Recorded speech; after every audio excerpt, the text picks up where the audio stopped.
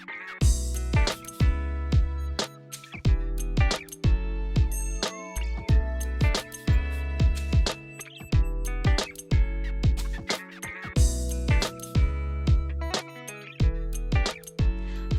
I'm Gina Barrett, a program director at the Consortium for Public Education. Today I'm here with Brandy Daye, a principal with McKeesport Area School District for the I Reach, I Teach video series. Brandy, thank you for being with us today. Thanks for having me, Gina. I'm super excited to be here with you this morning. Well, we're happy to have you. Can you tell me, how long have you been in the field of education and what do you do as a principal? So I have been in the field of education for the last 10 years. And in my role as a principal, I run a building, K-5 building with about 650 students and about 50 or 60 grade level teachers. And it's really rewarding to be able to be in the position because a lot of the students look like me and can identify with me as a Black woman and a single parent. So it's super rewarding to be in the position I'm in as a principal at McKeesport United at Twin Rivers. What do you like most about being in the field of education? Because I've had the pleasure to know you for several years, and I know that you've had a path leading up to the position that you're in right now. I think the thing I enjoy most about being an educator is the relationships and the way I can build kids up to be the best that they can be. It's really important to me that they know and value, like, you can be anything. If you could see it in your head, you could dream it in your dreams, you could be whatever you want to be in this world. So as an educator, it's always important to me to really pour all my energy into students that need it most, because those are the students that really need to know that they could be whoever they want to be in this world. When you were growing up, did you have an educator of color who motivated you to become a teacher?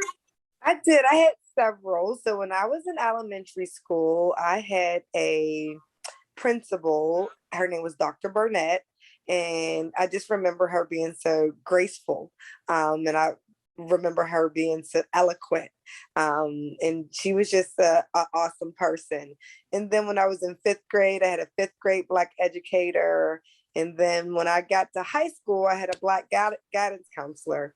And she was really instrumental in my high school career because, I didn't know about advanced placement classes and I didn't have any knowledge of, like getting college credits early or, taking Spanish 5. So she really told me the importance of school and why you do things early in high school to kind of prepare yourself for college. So I really appreciated those people because without them, I don't know if I would have became a teacher.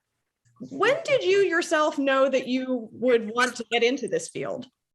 So I've always wanted to be a teacher, always. And then when I got to middle school, that's when I started to really think about impact and making change and being a change agent and a person that could really change a culture and empower a climate. It was just really important to me to reach more than just the classroom of students. So I started to think the only way to do that was to become a principal. So I went to school, got my bachelor's degree in early childhood and special education.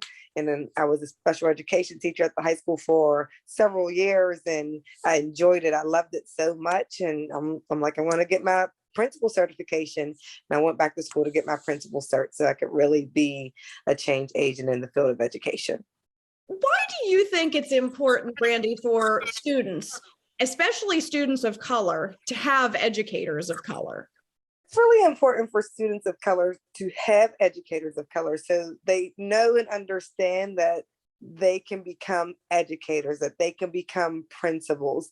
It's sometimes tough for students to relate and have a rapport with some of their white teachers because they're not used to it and they don't really, it's hard to understand what it feels like to have a Black educator. You know what I mean? It's just a different experience. It's like going to school and seeing your mom. It's like going to school and being with your auntie. You know, it just really allows students to be who they are and know that their social, you know, and culture things that they do are acceptable. You know, it's okay to be you. It's okay to like rap music and listen to hip hop and R&B. Like those things are okay, but just be the best version of yourself at whatever you decide to do. Can you think of a time that you had an impact on a student or maybe the system that you're in that was particularly rewarding for you? Yes. So my first year of teaching, I had a student and I was a special education teacher, and I knew that I would have this student for 4 years. So it was really like my goal to really unpack some of the baggage and the barriers that this particular student had with like getting to school and having a great school experience. So it was really important to me that I saw him walk across the stage. Like I had to see it. So for those 4 years, I was very adamant and intentional in the work that we did. I taught him how to read.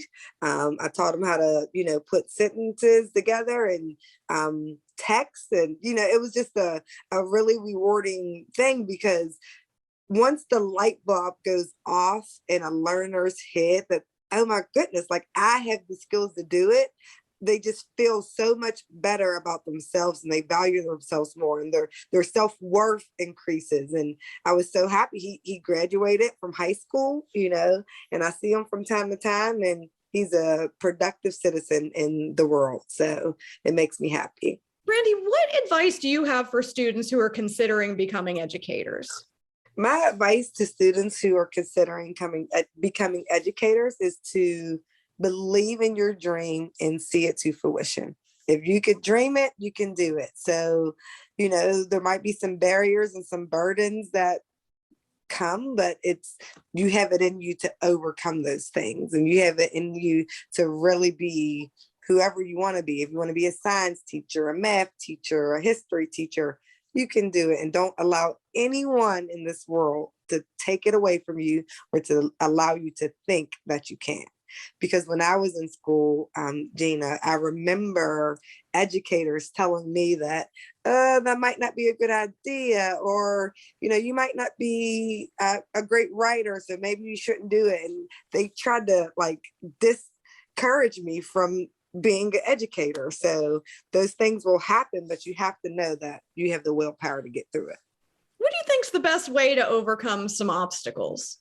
I would say, you know, leaning in on people that you could get support from, really finding people that think like you and common goals, and building a network of people that you could rely on and have conversations with. Because you only have control over yourself. You don't have control over anything else in this world. So if you could practice self-care measures and measures that really allow you to be able to, you know, deal with situations, provide feedback and grow from that, that's what really needs to happen. So having a mentor or having a best friend, like those things matter when you're on your journey. Brandy, thank you so much for being here and sharing your advice and your thoughts and your insights with us today. We really appreciated it.